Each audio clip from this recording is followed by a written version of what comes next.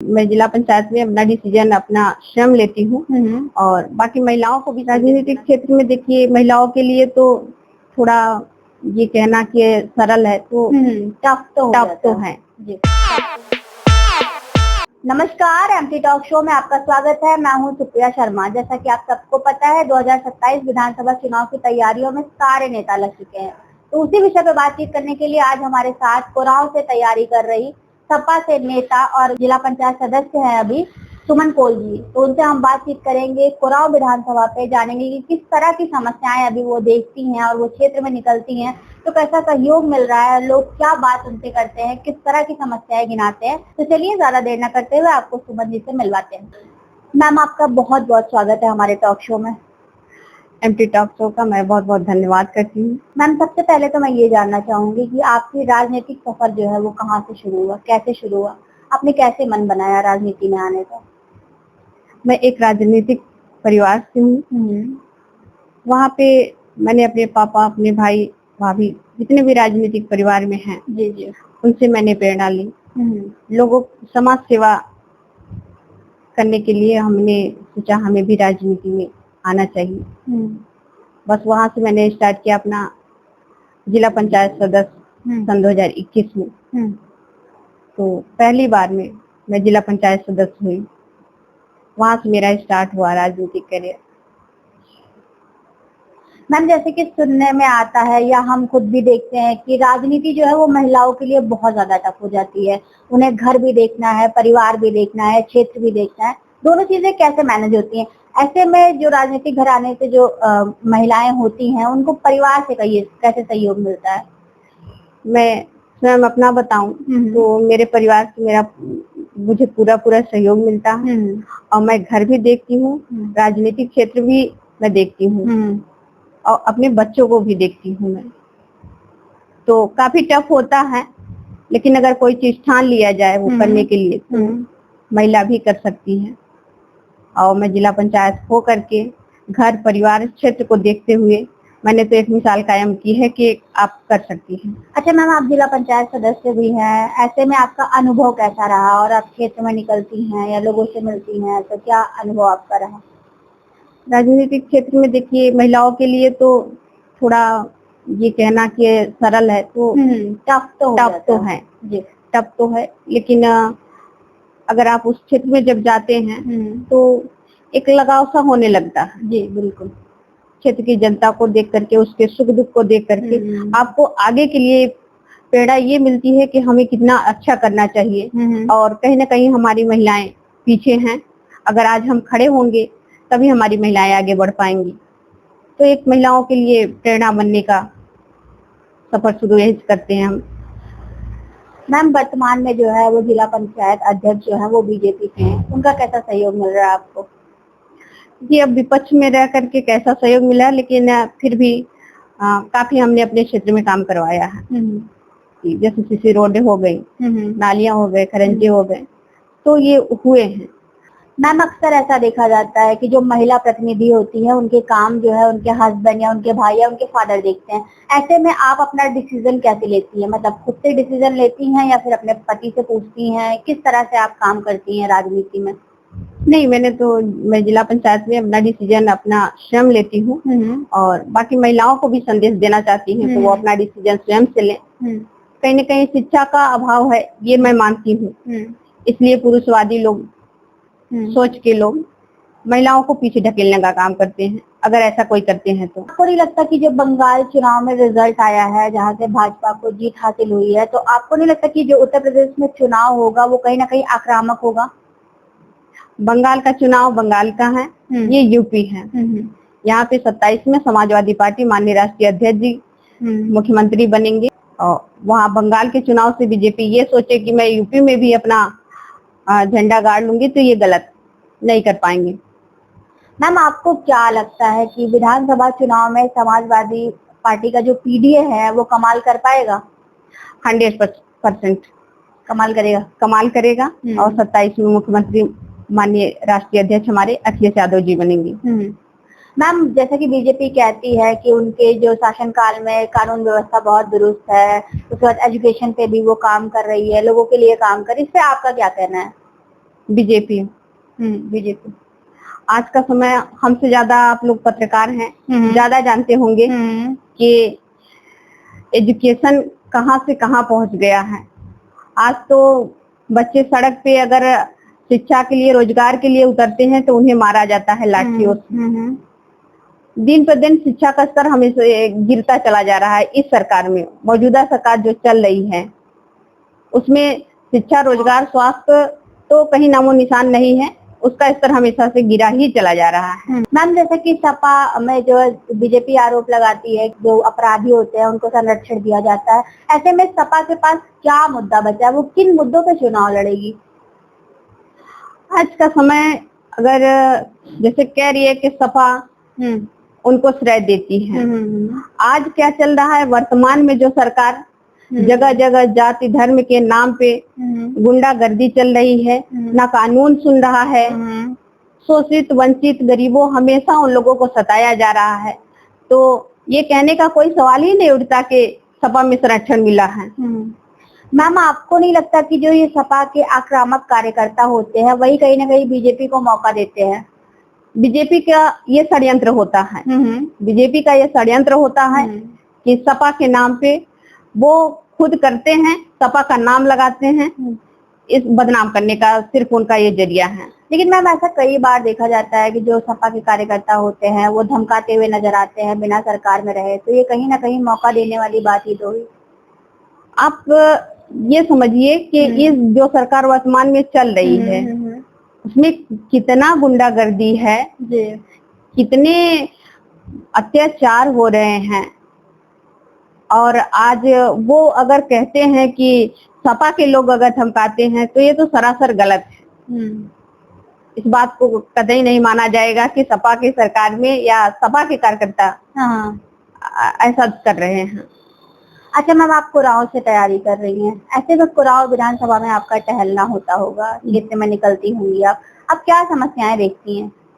समस्याएं इस समय सबसे बड़ी तो महंगाई है, बेरोजगारी है, स्वास्थ्य, शिक्षा जो उसका स्तर हमेशा से गिरा चला जा रहा है। और हम तो कुराव विधानसभा हमारा सबसे पिछड़ा इलाका है, पहाड़ी इलाका है।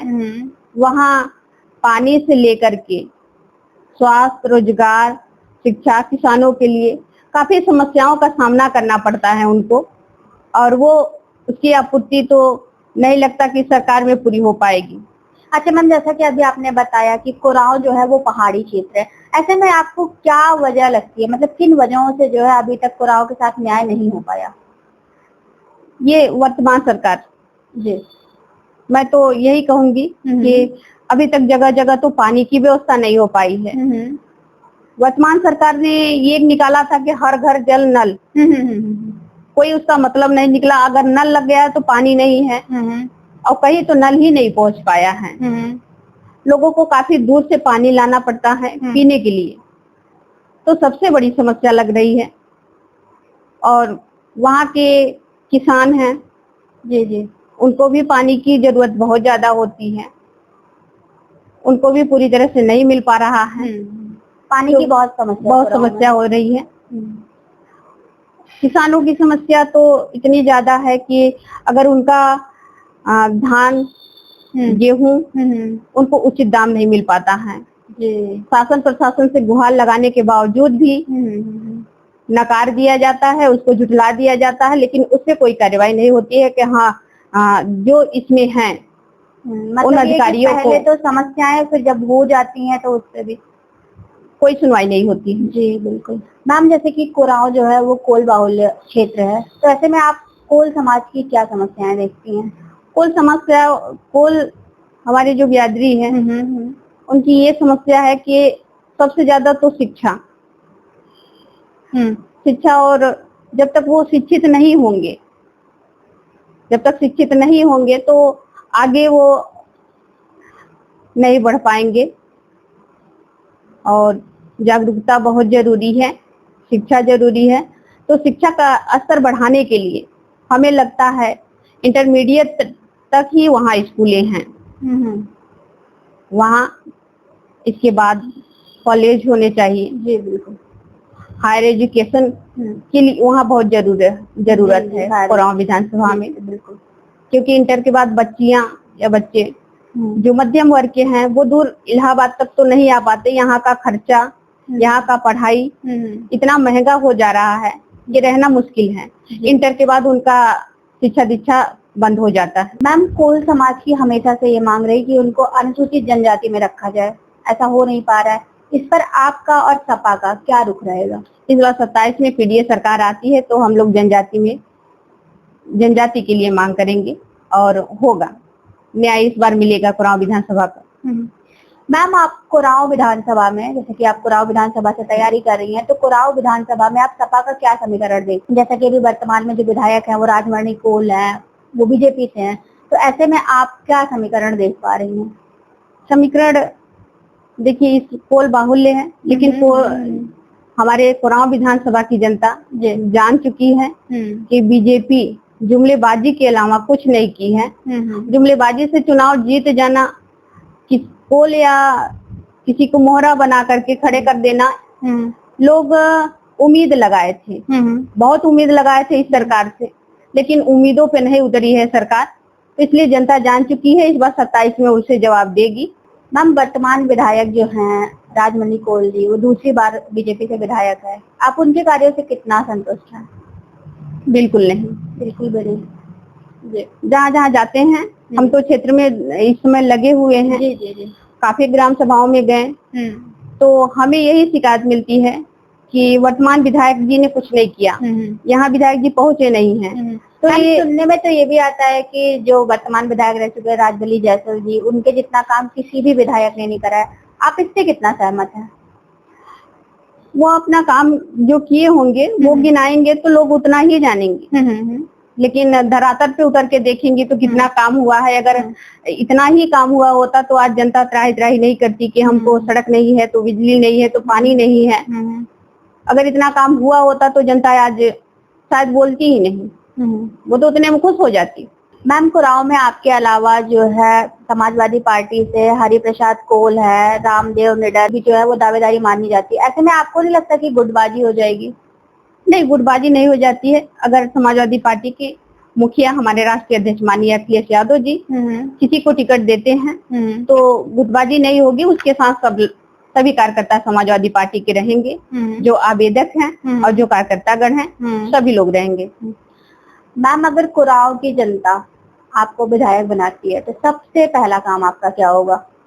सर्वप्रथम हम तो कोरांव की विधानसभा से अगर मुझे माननीय राष्ट्रीय अध्यक्ष जी हमारे ऊपर विश्वास जताते हैं तो हम अपनी जनता के लिए तो यही करेंगे। सबसे पहले तो हम शिक्षा पे जोर देंगे वहाँ, जो कि शिक्षा का स्तर बहुत नीचे है और वहाँ पे स्वास्थ्य, शिक्षा, रोजगार सबसे ज्यादा महंगाई, इन्हीं सबों पे हम लोग काम करेंगे। और समाजवादी पार्टी के मुखिया राष्ट्रीय अध्यक्ष माननीय अखिलेश यादव जी ने कहा भी है केजी से लेकर पीजी तक फ्री करेंगे शिक्षा, बिजली 300 यूनिट फ्री करेंगे। काफी उनके मुद्दे हैं जो कि हम हर क्षेत्र में जाके लोगों को बता रहे हैं और उसी पे हम लोग काम करेंगे। मैम, कोरांव की जनता से आप क्या अपील करना चाहेंगी? कोरांव की जनता से सबसे पहले तो हम उन्हें बहुत बहुत प्रणाम करते हैं, सभी क्षेत्रवासियों को यही अपील करते हैं कि अगर हमें माननीय राष्ट्रीय अध्यक्ष जी का, आप लोगों का सहयोग मिलता है तो जो कोरांव विधानसभा में नहीं हुआ है, अच्छा से अच्छा काम करने का मैं प्रयास करूंगी। आप सभी की हमारे चैनल को समय देने के लिए आपका बहुत बहुत धन्यवाद मैम। बहुत बहुत धन्यवाद आपका। तो जैसा कि आपने देखा, अभी हमारे साथ समाजवादी पार्टी नेता और जिला पंचायत सदस्य सुमन कोल जी थे। उनसे हमने कई सारे विषयों पर बातचीत की। उन्होंने जो कोरांव की मुख्य समस्याएं हैं उन पे हमसे बात की, जैसा कि शिक्षा, स्वास्थ्य, बेरोजगारी और भी अन्य विषयों पे। और इन्होंने एक ये भी चीजें हमसे मेंशन करी कि जो किसान है कोरांव के, वो पानी की समस्या से बहुत ज्यादा त्रस्त है, उनको इस चीज का निजात मिलना चाहिए। उन्होंने ये भी बताया कि अगर सपा की सरकार बनती है तो वो इन सारे विषयों पे काम करेंगे। तो ऐसी खबरों के साथ बने रहने के लिए आप हमारा एमपी टॉक शो फॉलो करते रहिए। मैं सुप्रिया शर्मा, वीडियो जर्नलिस्ट सूची के साथ। धन्यवाद।